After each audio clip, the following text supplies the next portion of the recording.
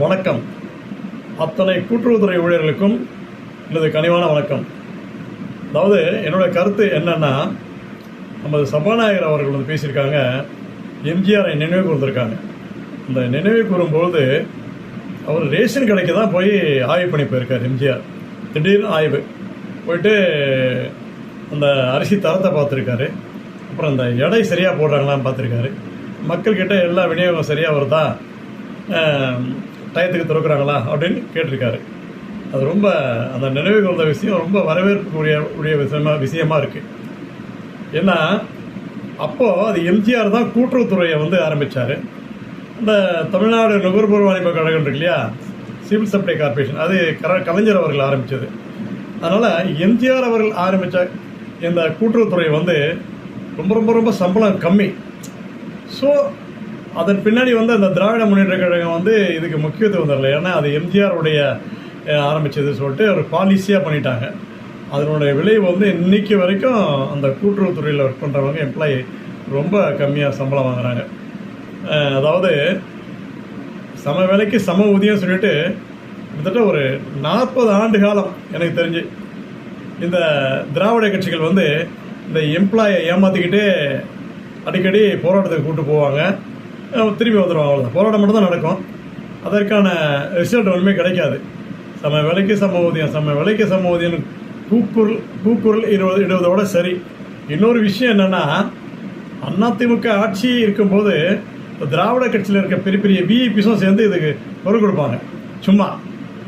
அது நமக்கு அப்போ தெரியல, ஓ நம்ம பர்சன் சொல்கிறாங்கடா அப்படின்னு சொல்லிட்டு இந்த திராவிட கட்சிகள் மேலே ரொம்ப அந்யோன்யமாக. நான் கூட லாஸ்ட் டைம் ஓட்டு போடும்போது டிஆர் பாலு அவர்கள் தான் ஓட்டு போட்டேன். என்ன இந்த மாதிரி நம்ம வந்து ஒரு நம்பிக்கையாக இருந்தோம். ஆனால் நம்ம கூட்டுறவுத்துறை ஊழியர்கள் வந்து அந்த ஒருதலை பட்சமாக எம்ஜிஆர் அவர்கள் ஆரம்பித்தார் என்பதற்காக குறைந்த ஊதியம். இப்போது இருக்கின்ற சபாநாயகர் அவர்கள் வந்து இதை உணர்ந்து, மாண்பு முதலமைச்சர் அவர்கள் உணர்ந்து இந்த சம வேலைக்கு சம ஊதியம், தமிழ்நாடு நுகர்வோர் வாணிப கழகத்தில் ஒர்க் பண்ணுற எம்ப்ளாயை விட இந்த கூட்டுறவுத்துறையில் ஒர்க் பண்ணுற எம்ப்ளாயி அதிகமான பணி சுமை. அங்கே 3 பேர்னா இங்கே 2 பேரில் ஒரே ஆள் தான், ஒரே ஆள் பில் போட்டு எடை போட்டிருக்காங்க. அங்கே 3 பேர். ஸோ இது வித்தியாசம் பாருங்கள், சம்பளம் ரொம்ப ரொம்ப வித்தியாசம். இப்போ இவங்க ஒரு 15,000 20,000 வாங்கினாங்கன்னா அவங்க கிட்டத்தட்ட 55,000 வாங்குவாங்க. ஏன்னா அரசு ஊழியர் தான் இவங்களும் அரசு ஊழியர் தான், அரசு பணி தான் செய்கிறாங்க மக்களுக்கு. நான் மக்கள் சேவை வந்து அரசுக்காக தான் செய்கிறாங்க, திறமையாக செய்கிறாங்க. நீங்கள் என்ன சுனாமி வந்தாலும் சரி, இந்த வைரஸ் வந்தாலும் சரி, இந்த பொங்கல் பண்டிகைகள் வந்தாலும் சரி, ஒரே ஒரு குற்றம் கூட இல்லாமல் அந்த அரசாங்கம் அறிவிக்கின்ற அந்த தொகை இந்த மக்களுக்கு முழுமையாக போய் சென்றடையும். இவங்க தான் லாஸ்ட் டேட்டு சொல்லிட்டு ஒரு பொங்கல் வரைக்கும் சொல்லிட்டு மீதி பணத்தை ரீஃபண்ட் வாங்கிடுவாங்க. அதை அப்படியே வச்சுருந்து 1 மாதம் வரைக்கும் கொடுத்தா மொத்த பணமும் அந்த மக்களுக்கு போய் சேரும். ஏன்னா ரேகை வச்சாதான் அந்த பணம் அவங்களுக்கு கிடைக்கும். இப்போ ஓட்டு போடுறோம், அது கூட ரேகை வச்சு புஷ் பண்ணுறோம், ரேகை வைக்கல. ஏன்னா அது கூட ஓட்டுகள் மாற்ற வாய்ப்பு இருக்குது. இதில் அப்படி கிடையாது.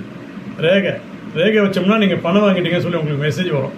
வாங்கலையா இல்லையா அப்படின்னு தவறாக இருந்ததுன்னா இந்த நம்பருக்கு ஃபோன் பண்ண சொல்லி பின்னாடியே ஃபோன் நம்பர் போகும். ஆனால் ரேகை வச்சாதான் அந்த பிஓஎஸ் மிஷினில் விழும், அந்த தொகையே விழும். அதுக்கு வேறு நிறைய லெட்ஜர் போட்டு அதில் கையெழுத்து, அவங்க ஃபோன் நம்பர் இதெல்லாமே கூடுதலாக வாங்குறாங்க. ஒரே ஒரு தவறு கூட எனக்கு வாய்ப்பு இல்லை. இவ்வளோ கிட்டத்தட்ட ஒரு ரேஷன் கடைக்கு 20 லட்ச ரூபா, 30 லட்ச ரூபா, 40 லட்ச ரூபா வரைக்கும் கொடுப்பாங்க. அந்த பணம் முறையாக மக்களுக்கு போய் சேர்த்தது இந்த கூட்டுறவுத்துறை ஊழியர்கள் தான். மாண்புமிகு விஜய் மக்களின் நண்பன், மக்களின் அண்ணன், மக்கள் மீது அன்பானவர். அது மட்டும் இல்லாமல் குழந்தைகளின் மீது பற்றுள்ளவர். ஐயா, வருங்காலமே உங்கள் கையில் தான் இருக்குது. இந்த பாரபட்சம் வேண்டாம், 2 பேருக்கும் சம்பள வித்தியாசம் வேண்டாம், ஒரே சம்பளம் கொடுங்க. அது மட்டும் இல்லாமல் அந்த கூட்டுறவுத்துறை ஊழியர் பண்ணுற ரேஷன் கடையில் இந்த பாத்ரூம் வசதி செஞ்சு கொடுங்க. நான் பப்ளிக் வந்தால் கூட அவங்க அந்த நிறைய பேர் நிற்கும் போது அவங்களுக்கு இந்த மாதிரி இடையூறுகள், பாத்ரூம் போகிற மாதிரி சில ப்ராப்ளம் வந்துச்சுன்னா அவங்களும் அந்த பாத்ரூமை யூஸ் பண்ணிப்பாங்க. அது கிடையாது ரேஷன் கடையில். அப்புறம் அந்த காலத்தில் நான்லாம் இங்கே ஒர்க் பண்ணும்போது 38 வருஷம், இப்போ கிட்டத்தட்ட 4 வருஷம் ஆச்சு, 42 ஆண்டுகளுக்கு முன்னாடி. அப்போ வந்து டீ வவுச்சர் தருவாங்க, டீக்கு காலையிலையும் சாயந்தரமும் கழிச்சிக்கலாம். அப்போவே வவுச்சர் வந்து 40 ரூபாய் கழிச்சிக்கலாம். காலையில் 20 2 பேரும் சேர்த்தோம்னாக்கா 50 ரூபா கழிச்சிக்கலாம். 2 எம்ப்ளாய்க்கு சேர்த்து 50 ரூபா வவுச்சர் கழிச்சிக்கலாம். இப்போ அதெல்லாம் கிடையாது. அந்த கடையை க்ளீன் பண்ணுறதுக்கு அந்த ஸ்வீப்பர் இருக்காங்க இல்லையா, அவங்களுக்கு மாதத்துக்கு அந்த காலத்துலேயே 500 ரூபா கொடுத்தாங்க. இப்போ அதெல்லாம் கிடையாது. அதெல்லாம் எந்த எம்ப்ளாயே செய்கிறாங்க. டீ செலவு எக்ஸ்பென்ஸ் கிடையாது. ஆய்வு பணிக்கு சொல்லுவாங்க. திடீர்னு அந்த குடும்பத்தாரங்க இருக்கிறாங்களா சொல்லிட்டு அதுக்கெல்லாம் போவாங்க. அதுக்கு கிடையாது. எந்த ஒரு ஊக்கத்தொகையும் கிடையாது. அதுக்கப்புறம் இந்த கொரோனா காலத்தில் போய் வீடு வீடாக டோக்கன் கொடுக்குறது, இந்த பொங்கல் கிஃப்ட்டில் டோக்கன் கொடுக்குறது, இதுக்கெல்லாம் போவாங்க. அதுக்கெல்லாம் எந்த ஒரு பைசா கூட இந்த நிர்வாகத்திலேருந்து கொடுக்க மாட்டாங்க.